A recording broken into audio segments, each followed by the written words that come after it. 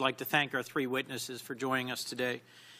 I think what you've presented today is truly troubling evidence of the scope and reach of Russia's interference in our last election and the ways in which Americans who typically expect to know when they're consuming a political advertisement were misled. And what are very troubling, slow, halting steps by your otherwise compelling and innovative companies to come forward and to work with us and to help us understand the scope and consequence of this.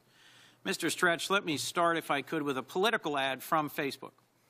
This is an ad that was run on Facebook in May of 2016, a key moment in the primary campaigns of both Hillary Clinton and Donald Trump, when both were closing in on the nomination.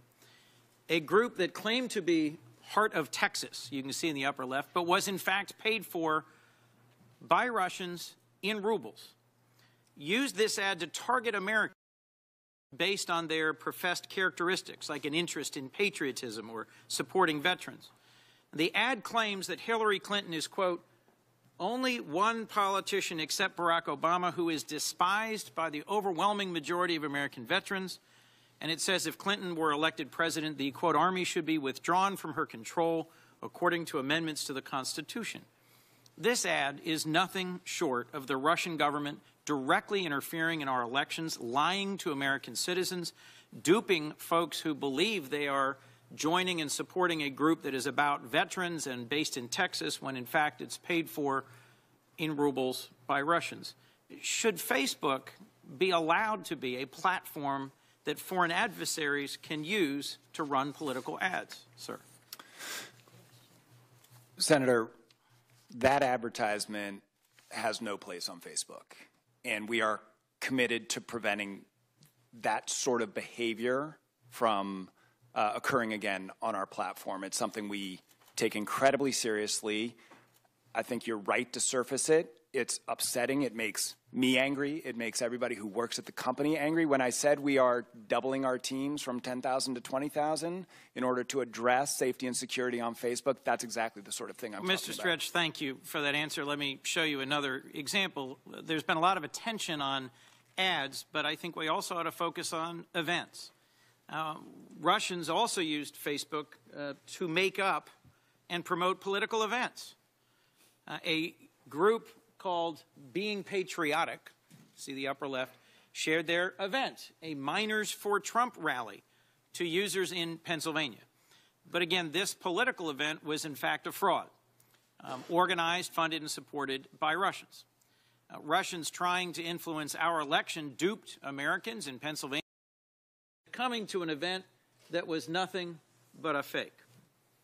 Help me understand, if I might, Mr. Stretch. You've said that these things are vile and upsetting and cynical, and that you take responsibility for changing. Yet I'm concerned that we are now nearly a year after the election. 10 months after the election, September 6th, Facebook acknowledged $100,000 worth of ads were bought by a Russian company linked to the Kremlin, amounting to about 3,000 ads. But if I understand your testimony here today, it's that 80,000 posts by the Russian-linked Internet Research Agency were seen by 29 million Americans and may have reached an estimated 126 million people. Why has it taken Facebook 11 months to come forward and help us understand the scope of this problem, see it clearly for the problem it is, and begin to work in a responsible legislative way to address it when former President Obama cautioned your CEO literally 9 days after the election last November that this was a big problem and Facebook needed to come forward? Thank you, Senator. I appreciate the question. The one clarification, when President Obama and Mr. Zuckerberg met and spoke, they were speaking about fake news generally. There was no discussion of foreign interference. But I think your larger point around our efforts to investigate and understand what we now see as a sophisticated and systemic effort to interfere in the election is one I do want to address.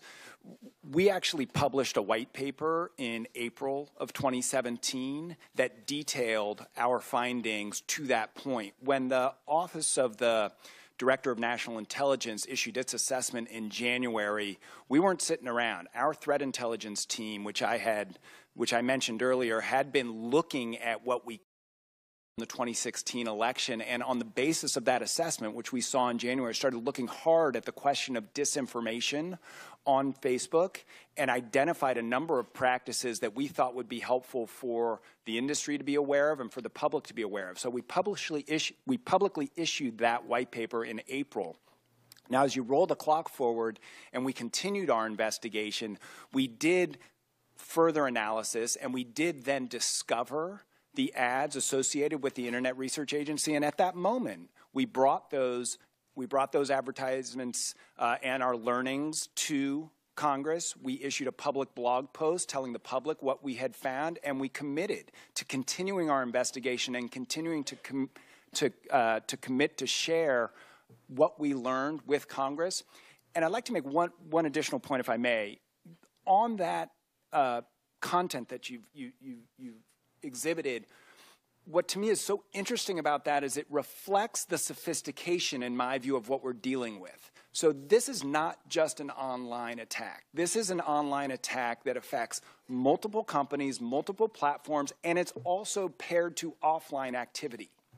This is a national security issue, and it's one that we are taking very seriously. I know my colleagues here are taking very seriously, and we do need to work together to make sure we understand the scope of the threat, and we need to continue to work with law enforcement to make sure we're sharing information and expertise to really address this thoroughly. I appreciate your response to my questions, and I'm grateful to Senators Graham and Whitehouse for today's hearing, to Senator Klobuchar for her leadership in putting forward legislation to try and tackle this significant challenge.